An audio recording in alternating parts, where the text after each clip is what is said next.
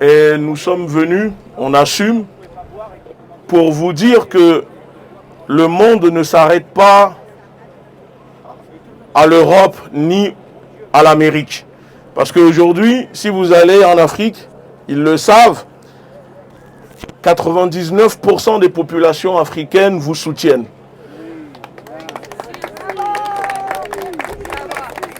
Et vous devez savoir une chose, ce que vous vivez en ce moment avec la coalition des gouvernements impérialistes, parce que c'est une coalition.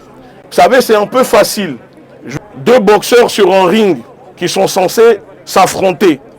On prend un des boxeurs, on attache ses mains, ses pieds, et l'autre en face, on le laisse libre, et on dit de se battre, et on dit, vous voyez, l'autre en face, il ne gagne pas parce qu'il est faible. Non, si les Occidentaux avaient la capacité de combattre la Russie d'armes à égal, il n'y avait pas besoin de mettre ces sanctions, il n'y a pas besoin d'armer l'Ukraine, il suffisait de faire en sorte de ramener la paix. Mais ils ne sont pas pour la paix, parce qu'ils vivent des guerres. Quand les populations meurent, cela enrichit leurs banques, leurs finances. Cette guerre qu'ils font, ce n'est pas pour les peuples ukrainiens, ce n'est pas pour les Européens, mais c'est pour eux, c'est pour leurs banques. Et ce que vous subissez en Afrique, ça fait des décennies que les populations vivent la même chose. Vous savez, on dit que la France est un pays de droits de l'homme, mais il faut voir si réellement la France est toujours un pays de droits de l'homme. Parce qu'en Afrique, la France arme des chefs d'État corrompus, des valets, des larbins, au service des Américains, de l'Europe et de la France, qui tuent les populations africaines, qui bombardent des populations africaines. Et quand le peuple africain s'indigne, personne ne calcule cela. Aujourd'hui, ils font la même chose avec les populations dans le Donbass. La France arme, donne des bombes à ces jucro-nazis qui bombardent le Donbass depuis 8 ans. Pourquoi les présidents français ne se sont pas indignés? Pourquoi l'Union européenne ne se s'est pas indignée quand les populations dans le Donbass subissaient des bombes? Et maintenant, quand il y a quelqu'un qui se lève pour les défendre, alors c'est cette personne qui devient la mauvaise personne et eux sont le clan des bienfaiteurs. Non, il ne faut pas toujours écouter ce que les médias vous disent. Les médias ne sont pas là pour dire la vérité. Nous, les panafricanistes, nous surnommons ces médias les agents de l'oppression impérialiste, parce qu'ils sont là pour s'assurer que la propagande, les messages des gouvernements impérialistes occidentaux puissent bien se véhiculer dans la tête des populations. Regardez ce qu'ils font quand il y avait le Covid. Ils ont utilisé le Covid pour retirer la liberté, le peu de liberté qui restait aux populations en Europe, en France. Et là, le conflit est arrivé, ils ont sauté dessus pour dire, regardez, on vous retire le peu qui vous reste parce que, attention, en face, il y a Poutine qui vous menace, il y a Poutine le fou qui va vous bombarder. Mais la Russie n'a jamais agressé l'Europe. La Russie n'a jamais agressé la France. Est-ce que cela justifie que Macron déverse des milliards d'euros pour envoyer aux jucro-nazis pendant qu'en France, les populations crèvent la dalle. Les populations n'arrivent pas à se faire 3 repas par jour. Pendant qu'en France, les Français sont obligés de porter des pulls, des bonnets dans leur propre maison pendant qu'ils n'arrivent pas à payer leur facture énergétique. On envoie de l'argent aux Ukrainiens. On a vu dans ce pays, le gouvernement n'a pas hésité à sortir les réfugiés africains de leur chambre d'hôtel pour loger des réfugiés ukrainiens. Est-ce que ça, c'est normal? Ils veulent vous parler de démocratie, mais je suis désolé, les Occidentaux, ils n'ont pas la légitimité morale pour donner des leçons de démocratie au reste du monde entier, encore moins à la Russie, ni aux populations du Donbass. Parce que eux ne respectent pas la liberté, ne respectent pas les droits humains partout dans le monde. Qui est parti bombarder la Libye? C'est l'OTAN, accompagné de la France. Oui, parce que la France aujourd'hui est devenue une colonie pour l'oligarchie anglo-américaine. L'Europe est devenue une colonie pour les Américains. La France est devenue une simple zone touristique, économique pour les États-Unis et leurs larbins. Ce pays, aujourd'hui, il n'y a plus de dirigeants. L'élite de France est une élite de prostituées, amatrices, soumises à l'oligarchie américaine. Et c'est pour cela qu'ils sont capables d'armer les ukro-nazis, ça ne les dérange pas. Pendant la Deuxième Guerre mondiale, les Russes ont libéré l'Europe de l'Allemagne nazie, accompagnés de ce qu'ils appellent les tirailleurs africains. On a vu comment les Africains, les Russes, se sont sacrifiés pour libérer l'Europe. Et aujourd'hui, on voit que ces gouvernements n'hésitent pas à travailler avec ces ukro-nazis pour réinstaller l'idéologie nazie sur les populations. On n'est pas pour la guerre, nous sommes pour la paix. Mais alors, dans ce cas, pourquoi ce qui est valable pour les uns ne peut pas l'être pour les autres? Si la Russie n'a pas le droit de se défendre, si la Russie n'a pas le droit de riposter, alors pourquoi depuis des années, depuis des siècles, combien de sanctions l'Union européenne, les gouvernements occidentaux ont pris contre les États-Unis qui sont partis bombarder l'Irak, bombarder la Syrie, l'Afghanistan. Les États-Unis ont attaqué le Guatemala, le Panama, le Venezuela. Et je peux continuer, je peux passer la journée à vous citer ici les pays attaqués par les États-Unis et leurs alliés. Combien de sanctions contre George Bush père? Combien de sanctions contre George Bush fils? Combien de sanctions contre Barack Obama? Combien de sanctions contre Trump? À eux tous, c'est des millions de morts à travers le monde. Et pourtant, l'Union européenne n'est pas capable de prendre une sanction.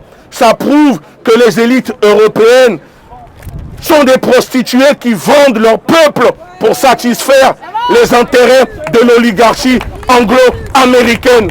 Et donc, à un moment, il faut leur dire la vérité. Il ne faut pas avoir peur de dire la vérité. Oui, nous savons que malheureusement, aujourd'hui, les médias, les agents de l'oppression impérialiste ont développé une russophobie. Et donc, beaucoup de personnes ont peur de s'afficher, de dire la vérité. Nous, la France, les médias n'ont pas hésité à nous cataloguer comme des agents d'influence russes, parce que nous sommes des panafricanistes, nous disons la vérité aux populations africaines, on refuse de se soumettre à cette dictature de la pensée qu'ils ont réussi à instaurer aujourd'hui. Et donc pour eux, toute personne qui ne pense pas comme eux est forcément agent de Poutine, agent du Kremlin. Non, ce n'est pas ça. C'est juste que nous gardons notre liberté de penser, notre liberté d'opinion. On veut juger par nous-mêmes. Et donc cette guerre ne bénéficie pas aux Français. Il faut que le peuple européen, il faut que les Russes, les Ukrainiens qui ont encore la capacité de réfléchir par eux-mêmes, comprennent qu'on ne ramène pas la paix en envoyant des armes. On ne ramène pas la paix en finançant des ukro-nazis. Si la France, Macron voulait ramener la paix, Macron n'allait pas envoyer des millions d'armements en Ukraine. Regardez, je vais vous dire quelque chose. Quand les Européens, la France, envoient des armes aux pays africains, le peu d'armes qu'ils envoient, la France demande une traçabilité de ces armes que la France envoie en Afrique pour faire les guerres pour les intérêts des multinationales françaises. Alors comment se fait-il que la France envoie des milliards d'armes à l'Ukraine et on ne demande pas une traçabilité de ces armes? De où vont ces armes? Avec qui ces armes-là, qui se font bombarder par ces armes? Personne. Et je vais même assumer, je vais aller plus loin et je vais vous révéler une chose. Daria Dugina, que je ne connais pas, s'est fait assassiner. Vous savez pourquoi elle a été assassinée? Elle s'est fait assassiner parce que les services secrets français ont aidé les Ukrainiens à planifier un bombardement sur une prison où étaient détenus prisonniers ukrainiens. Beaucoup de prisonniers soldats ukrainiens sont morts. Daria Dugina a eu les informations. Elle était sur le point de révéler la connivence entre les services de renseignement français et ukrainiens qui ont planifié le bombardement de cette prison. Et elle a été tuée avec l'aide des services secrets français. Et moi je dis, et je l'assume, parce que je n'ai pas peur de dire les choses. Il faut dire la vérité aujourd'hui de ce qui se passe. Les gouvernements occidentaux n'ont plus le courage de dire non aux Américains. Parce que cette guerre, l'objectif des États-Unis, c'était de mettre l'Europe à terre. C'était de détruire l'Europe.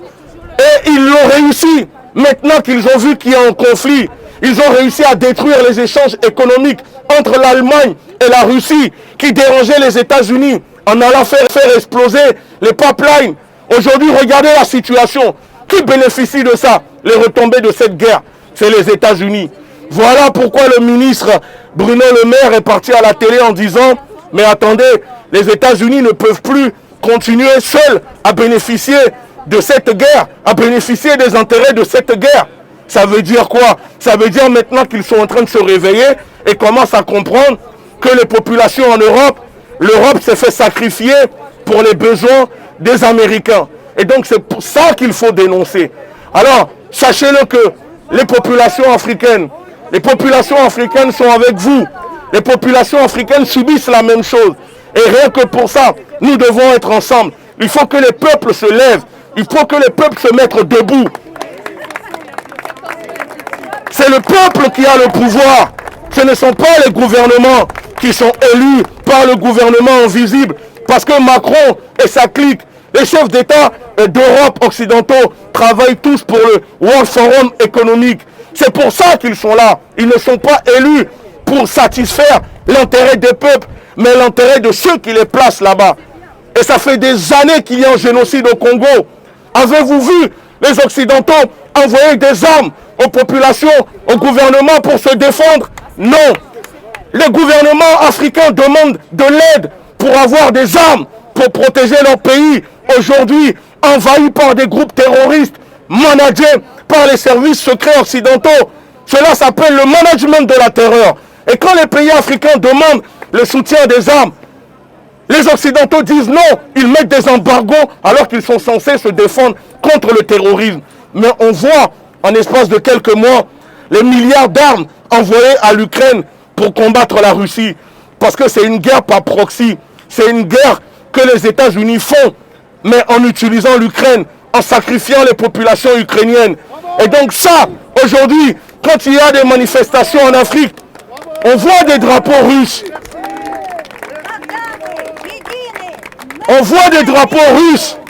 Et ils disent que parce que s'il y a des drapeaux russes dans les manifestations, c'est parce que c'est Poutine qui est derrière. C'est Poutine qui paye les manifestants. Comme si les Africains ne sont pas assez matures pour réfléchir par eux-mêmes. Comme si les Africains ont commencé à manifester, à dénoncer la France-Afrique, la politique impérialiste de l'État français qu'il faut dissocier du peuple français.